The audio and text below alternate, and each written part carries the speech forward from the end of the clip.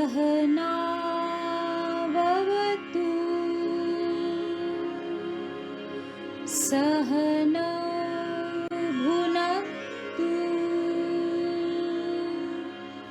सह वीर्यं करवावहै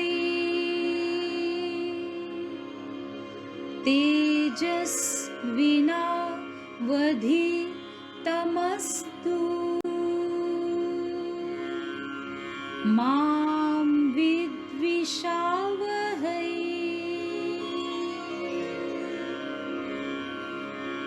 ॐ शान्ति शान्ति शान्ति।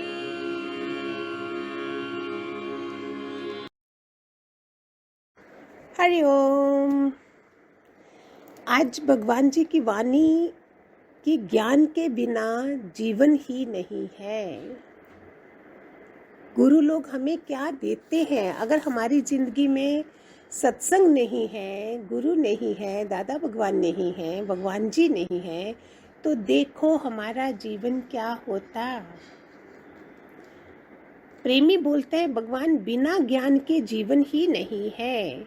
भगवान जीवन नहीं है, पर मेरी बात है कि मैं उसका नाम क्यों बोलते हैं। मैं जो बोलते हैं कि किसी में भी अटकना लटकना नहीं है।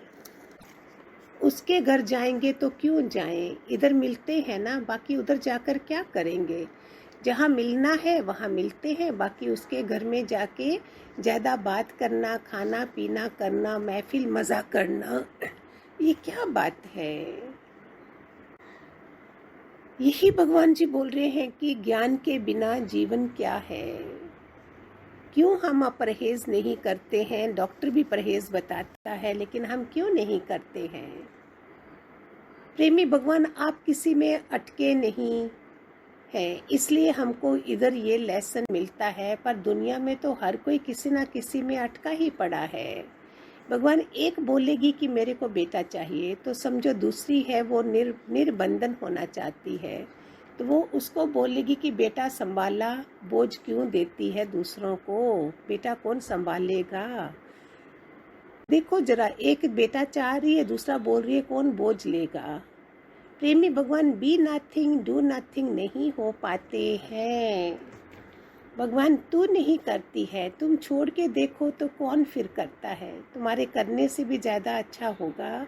ये अहंकार है हमको कि मेरे जैसा कोई नहीं कर सकता है, इसलिए अहंकार छोड़ो। तभी भगवान बोलते ना, तो सास छोड़ेगी तो बहू सीखेगी ना, कोई कुर्सी छोड़ेगा तो दूसरा भी संभालेगा ना।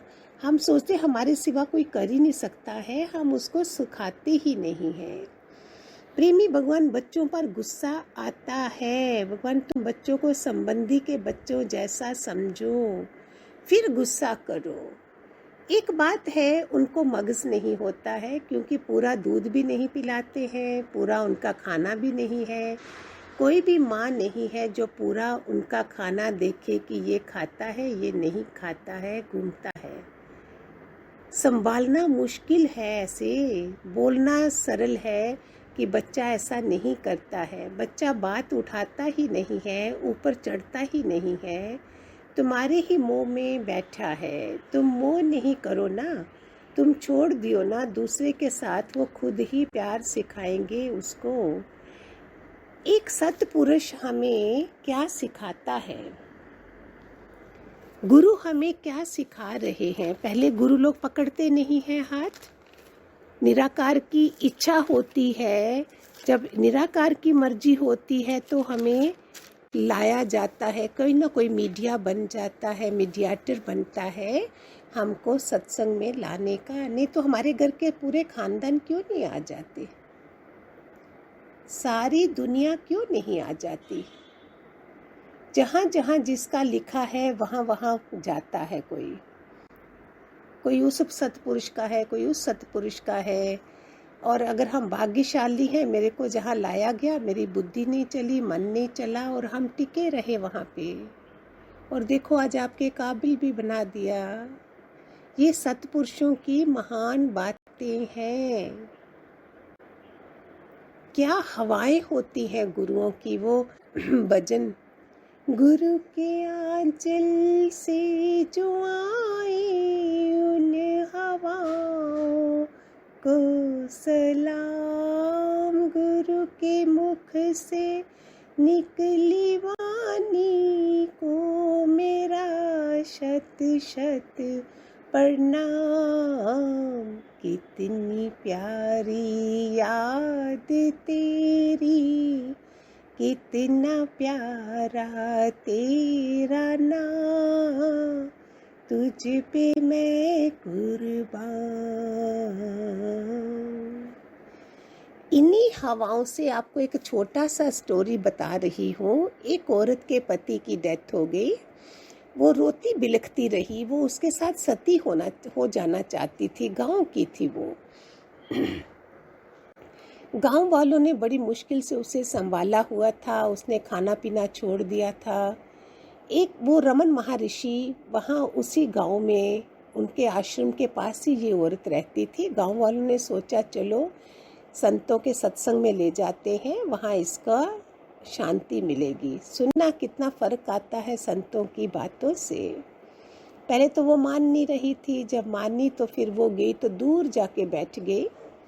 वहाँ से जो हवाएं रमन महर्षि को छू रही थी, वो हवाओं से वो सुखी होती जा रही थी, शांति मिल रही थी उसको। इसलिए मैंने गाया ना, गुरु के आंचल से जो आए उन हवाओं को सलाम। ये हवाएं होती हैं जो उनको छू के हमें आती हैं। इतनी वो सुखी हो गई। जब शाम तक सत्संग खत्म हुआ, लोग गांव वालों ने बोला चलो चलते हैं। बोलती नहीं, मैं बाद में आती हूँ। जो इतना रोती बिलखती थी वो चुप हो गई, शांत हो गई।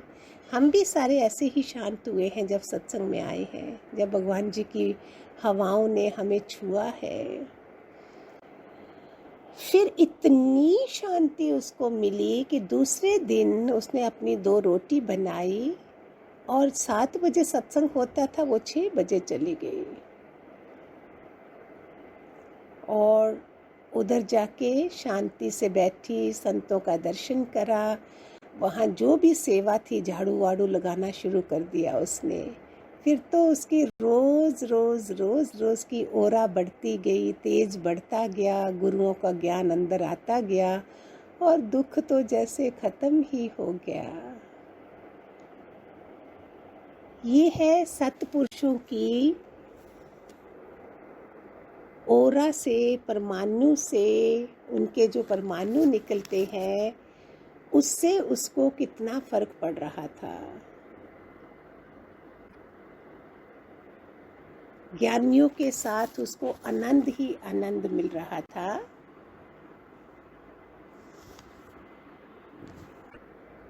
गुरु की हर वाणी में प्यार होता है। अगर कड़वाहट भी है, जैसे करेला, हम कड़वा नीम खाते हैं, करेला खाते हैं, हरड़ है, ये सब शरीर के लिए चाहिए ना। ऐसे गुरु की कड़वाहट भी तो हमको चाहिए ना। वो वरदान हो जाती है हमारे लिए। वो हवा जा रही थी उस लेडी को और उससे देखो उसके क्या हो गया, सारे आंसू रुक गए उसके।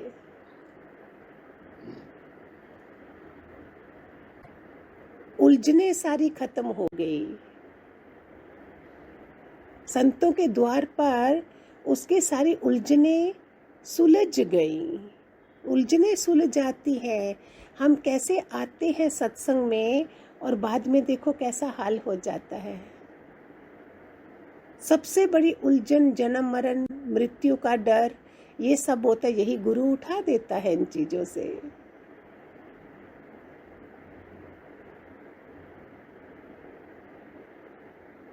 ये गुरुओं के द्वार पर होता है। ऐसा जादू चल जाता है। लोगों ने हिलाया डुलाया उसे कि चलो सत्संग खत्म हो गया है, और वो शांत हो गई, शांत हो गई। कैसी है ये हवाएं, कैसी है ये वाइब्रेशंस।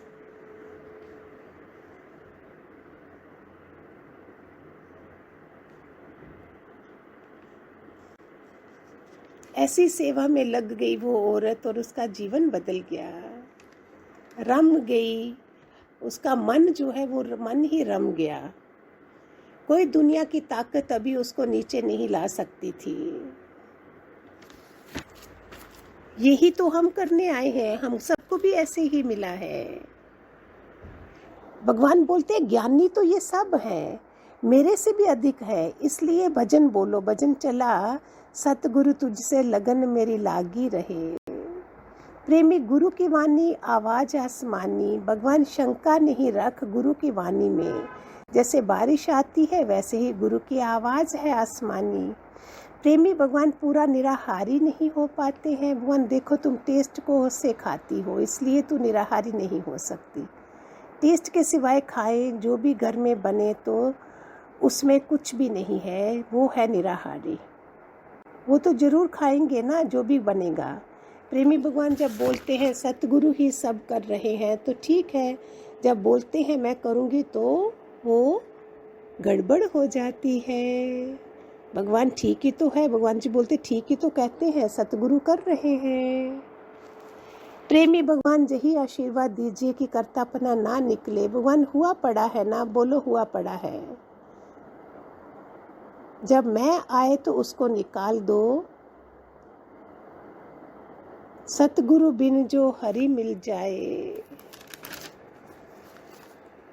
प्रेमी भगवान सच्ची समझ जहाँ से मिली है। भगवान ये बोलते हैं ज्ञान से सुजागी मिली है, पर ध्यान से क्या मिला? समाधि करेंगे तो क्या मिलेगा? अभी विवेकानंद बोलता है कि मैं समाधि में बैठा फिर उठा तो वो भूला ही नहीं। तो वो कौन सी समाधि हुई? माना ये शरीर तो याद है ना, बाकी समाधि कौन सी हुई? यही लोग सवाल करते हैं। अभी समाधि पर समाधि लाख तू करता रहे, किसी भी चीज़ में मेरी वासना है तो मेरा बंधन है। अभी मैं 100 समाधि लगाऊं पर एक टांग पर खड़ा रहूं तो भी कुछ नहीं। ये है वो लोग हैं जो समझते नहीं हैं।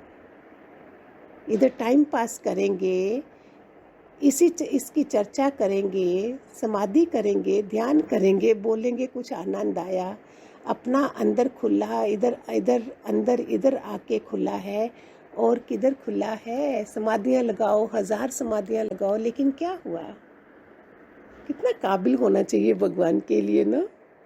कैसे भगवान का ज्ञान हम लोग कैच कर रहे हैं, कैसे समझ रहे हैं, और दुनिया किस में लगी हुई है। हरिओम हरिओम, खूब सारे आशीर्वाद।